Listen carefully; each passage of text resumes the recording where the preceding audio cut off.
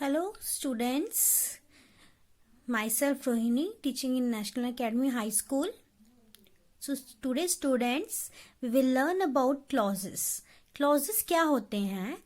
Clauses को हिंदी में उपवाक्य भी बोलते हो, ठीक है? Clause क्या होती है? A clause is a group of words that includes a subject and a verb. मतलब कि क्लॉज क्या है? ग्रुप ऑफ वर्ड्स है. एक सेंटेंस होता है ना, जैसे सेंटेंस मान लो एक सेंटेंस है, क्लॉजेस को ही सेंटेंस बोला जाता है, ठीक है. लेकिन क्लॉज जो है उसमें एक सब्जेक्ट होता है और एक वर्ब होती है, ठीक है. मतलब जब आप सेंटेंस देखते हैं तो ऐसा नहीं है कि हर बार उसमें वर्ब होगा, ठीक है, लेकिन उसी सेंटेंस को हम क्लॉज बोलेंगे जिस सेंटेंस के पार्ट में वर्ब भी होगी और सब्जेक्ट भी होगा, ठीक है. जैसे एग्जाम्पल दी है, I read the whole story of Pandavas, ठीक है. तो यहाँ पर सब्जेक्ट क्या है? आई है, ठीक है, और उसके बाद रीड क्या है? आपका वर्ब है. इसीलिए यहाँ पर इसको हम बोलेंगे क्लॉज, ठीक है. नेक्स्ट स्टूडेंट्स आ जाता है टाइप्स ऑफ क्लॉजेस. क्लॉजेस की कितने टाइप्स हैं? 2 पार्ट्स में डिवाइडेड है. कितने हैं? 2 पार्ट्स में डिवाइडेड है. तो पहला है इंडिपेंडेंट क्लॉज और दूसरा है डिपेंडेंट क्लॉज. अब इंडिपेंडेंट क्लॉज को ही दूसरा नाम हमने दिया है प्रिंसिपल क्लॉज, और थर्ड नेम से भी कुछ लोग बोलते हैं इसको मेन क्लॉज, ठीक है. और डिपेंडेंट क्लॉज जो है इसी को बोलते हैं सबऑर्डिनेट क्लॉज, ठीक है.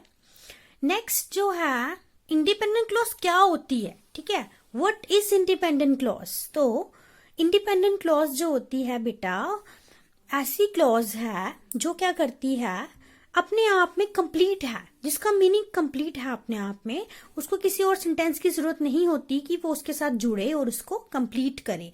जैसे कि इंडिपेंडेंट वर्ड ही क्या है? इंडिपेंडेंट मतलब आजाद, ठीक है. तो उसका अपने आप में ही मीनिंग जो है कंप्लीट होता है.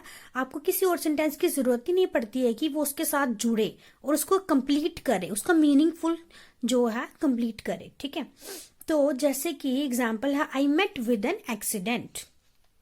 तो मेरा जो है एक्सीडेंट हो गया, कंप्लीट सेंटेंस है, ठीक है. इसका मीनिंग है ना अपना.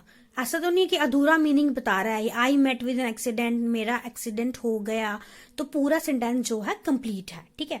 तो यहाँ पर कोई भी आपको जो है अधूरा सेंटेंस नहीं दिख रहा, ठीक है. तो ये इसी को हम बोलते हैं इंडिपेंडेंट क्लॉज, जो खुद में ही क्या है, कंप्लीट है, जिसको किसी दूसरे की जरूरत नहीं है कि वो उसको कंप्लीट करे. और दूसरी तरफ डिपेंडेंट क्लॉज जो होती है वो क्या होती है? निर्भर होती है. वो एक दूसरे सेंटेंस पे निर्भर होगी, वो उसकी हेल्प लेती है ताकि वो क्या करे, उसको कंप्लीट करे, ठीक है. A dependent clause cannot function on its own because it leaves the idea or thought unfinished, ठीक है. तो इसका मतलब क्या है कि डिपेंडेंट क्लॉज जो होती है वो ऐसी क्लॉज है बेटा, जो क्लॉज जो है कंप्लीट नहीं है, उसका मीनिंग ही नहीं होता. जब भी आप उस सेंटेंस को पढ़ते हो तो आपको लगता है हाँ यार कुछ अधूरा सा है इस सेंटेंस में. जैसे कि मैं आपको ऊपर देखो, यहाँ मैं आपको सेंटेंस लिखा था मैंने, I saw a man who was crying. अब यहाँ तो ये सेंटेंस कंप्लीट है ना, पूरा सेंटेंस है. लेकिन अगर आई सॉ अ मैन, यहाँ पे मैं फुल स्टॉप लगा दूं, ठीक है, सपोज करो मैंने यहाँ फुल स्टॉप लगा दिया, तो यहाँ पे ये सेंटेंस कंप्लीट होगा. आई सॉ अ मैन, मैंने एक आदमी को देखा, ठीक है, कंप्लीट है. लेकिन अगर ये सेंटेंस हम अलग कर दें इसके साथ, हु वॉज क्राइंग, तो हु वॉज क्राइंग जो है क्या सेंटेंस हुआ? कोई सेंटेंस थोड़ी, क्योंकि इसके सामने तो क्या लगा, फुल स्टॉप लग गया. फुल स्टॉप जो सेंटेंस के साथ लग गया, तो हु वॉज, कौन रो रहा था. लेकिन यहाँ पे फीलिंग क्या है? हु पूछ रहा है लेकिन क्वेश्चन मार्क तो नहीं है. इसका मतलब क्या है कि वो सेंटेंस क्या है, अधूरा सा लग रहा है, कंप्लीट नहीं है. तो स्टूडेंट इसी सेंटेंस के ये इस वाले पार्ट को हम क्या बोलेंगे? इंडिपेंडेंट क्लॉज बोलेंगे. आई सॉ अ मैन मतलब कि इंडिपेंडेंट है, बिल्कुल किसी पे डिपेंड नहीं है, अपना मीनिंग खुद ही कंप्लीट कर रहा है, आई सॉ अ मैन. लेकिन ये सेंटेंस अपना मीनिंग खुद कंप्लीट नहीं कर रहा है. हु वॉज क्राइंग मतलब कौन रो रहा था, लेकिन क्वेश्चन मार्क तो नहीं लगा ना. इसका मतलब ये सेंटेंस क्या है, अधूरा है. लेकिन क्वेश्चन मार्क लगा तो ठीक है, ये क्वेश्चन पूछ रहा है हु वाज क्राइंग, कौन रो रहा था. लेकिन यहाँ पे फुल स्टॉप है, तो इसका मतलब ये इतने से सेंटेंस का कोई मतलब ही नहीं बना. इसका मतलब ये सेंटेंस जो इतना सा जो है वो क्या है, यहाँ पर इंडिपेंडेंट क्लॉज है और ये वाला पार्ट जो है यहाँ पर क्या है, डिपेंडेंट क्लॉज है। ठीक है, नेक्स्ट जो है इसकी एग्जांपल भी डिपेंडेंट क्लॉज की देख लेते हैं। इस डिपेंडेंट क्लॉज में क्या होता है कि सबऑर्डिनेटर्स चाहिए होते हैं डिपेंडेंट क्लॉज को, कि वो उसके हेल्प, उसकी वर्ड्स, उस वर्ड्स के हेल्प की वजह से वो दूसरे सेंटेंस के साथ जुड़े और अपने सेंटेंस को मीनिंगफुल बनाए, अपना मीनिंग बिल्कुल कंप्लीट करे। जैसे I know that he can not do it, I know that, क्या जानता हूं मैं कि वो ये सब नहीं कर सकता, वो ये नहीं कर सकता, मतलब आई नो। ठीक है, तो यहाँ पे सेंटेंस कंप्लीट, मैं जानता हूं, he can not do it, वो ये नहीं कर सकता, लेकिन इन दोनों को जोड़ा किसने, दैट ने। तो दैट क्या है हमारा, कोऑर्डिनेटर। ठीक है, सॉरी सबऑर्डिनेटर। तो इस सेंटेंस को इस वर्ड ने जोड़ा, तो इसीलिए जो है इसको हम बोलेंगे सबऑर्डिनेटर्स। तो बहुत सारे सबऑर्डिनेटर्स जो हैं आप यूज करते हो डिपेंडेंट क्लॉज में, जब उसका मीनिंग नहीं बन रहा हो तो आप उस सेंटेंस को कंप्लीट करने के लिए हेल्प लेते हो सबऑर्डिनेटर्स की। ओके, तो ये था आपका इंडिपेंडेंट क्लॉज और डिपेंडेंट क्लॉज। ठीक है, तो उसके बाद जो है फर्दर आ जाता है आपका सबऑर्डिनेट क्लॉज।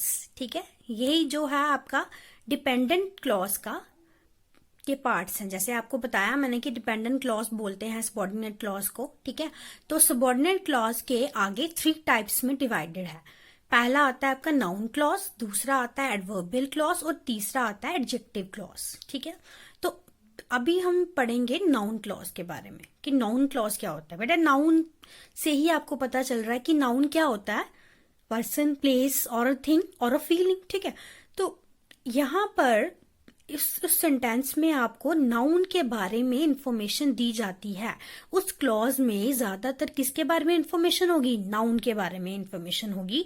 उसी को हम क्या बोलते हैं, नाउन क्लॉज बोलते हैं। Noun clause is a dependent clause that acts as a noun, वहां पर वो नाउन की तरह एक्ट करेगा। जैसे ये सब वर्ड्स जो है नीचे दिए गए हैं, ये सब ज्यादातर नाउन क्लॉज में यूज होते हैं। ठीक है, ये सब बताने के लिए, ये जहां पर ऐसे वर्ड्स यूज हुए हों और सेंटेंस को कंप्लीट कर रहे हो, तो यहाँ पर आप समझिएगा कि नाउन क्लॉज होगा वो। जैसे कि हाउ है, दैट है, whatever, when, where, whether, if, whichever, whoever, whomever and Y.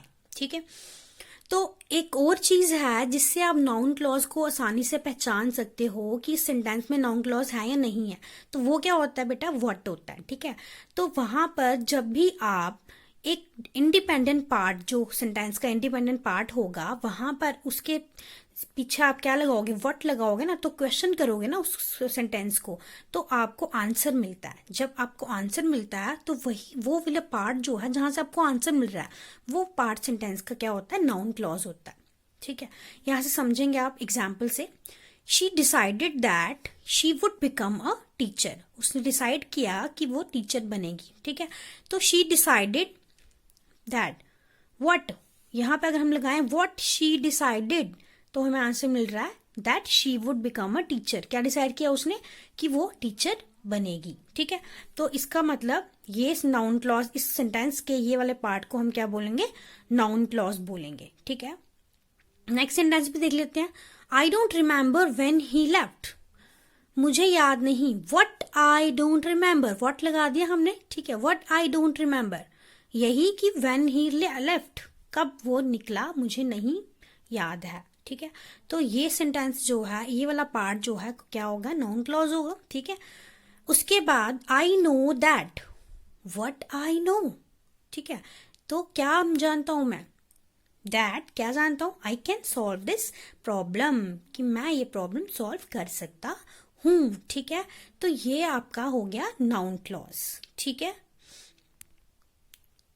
तो नेक्स्ट स्टूडेंट्स हम पढ़ेंगे अपनी नेक्स्ट वीडियो में एडवर्बियल क्लॉज के बारे में मैं डिस्कस करूंगी।